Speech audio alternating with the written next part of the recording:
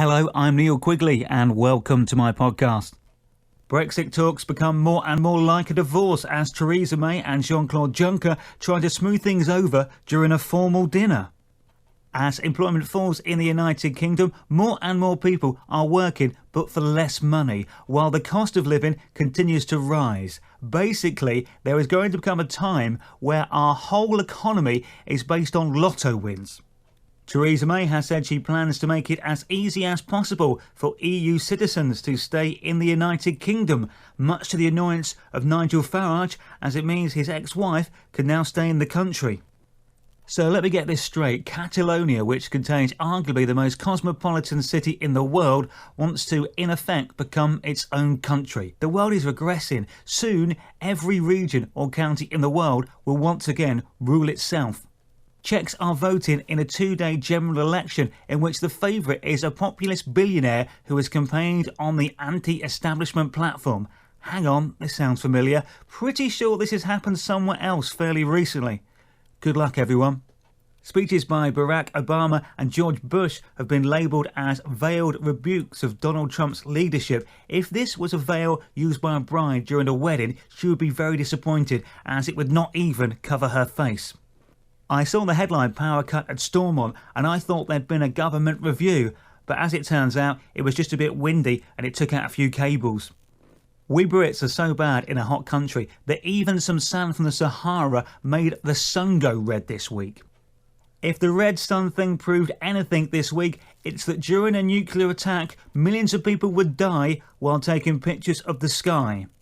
People are being warned about the dangers of taking selfies with wild deer in a park in Nottingham. As phones are getting smarter, people are becoming more stupid.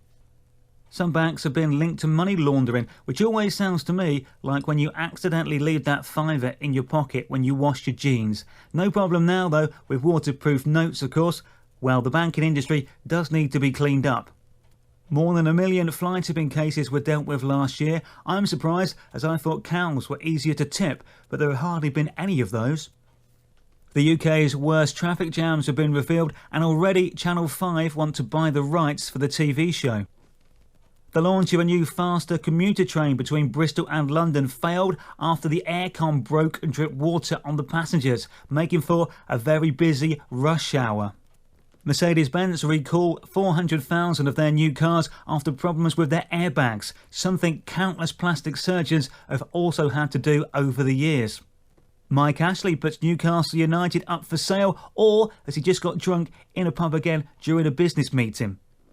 Andrew Lloyd Webber is to retire from the House of Lords, saving him on average 2 trips into London a year.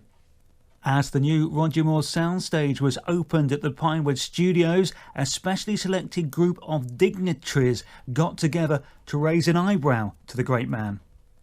In science this week, 2 big stars have got smashed together, causing some warping, just like when Brad Pitt and Angelina Jolie first got together.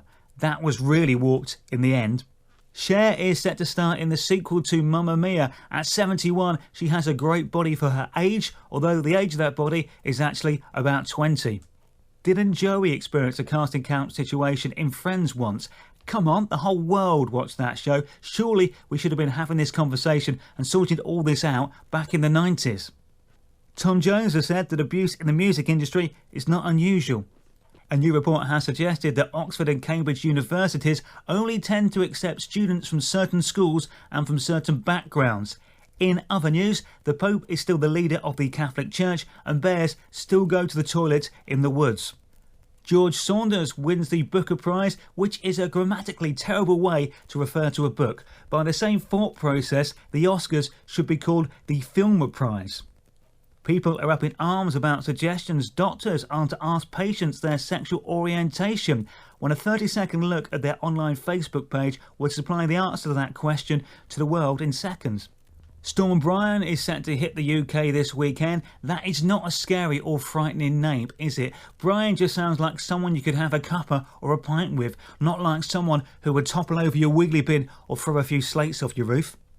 Roy Orbison is set to tour as a hologram backed by the Royal Philharmonic Orchestra, meaning being dead is no longer a setback as a performer. That's it for this week. Thank you very much for listening. Have a fantastic 7 days, and I'll speak to you next week. Have fun.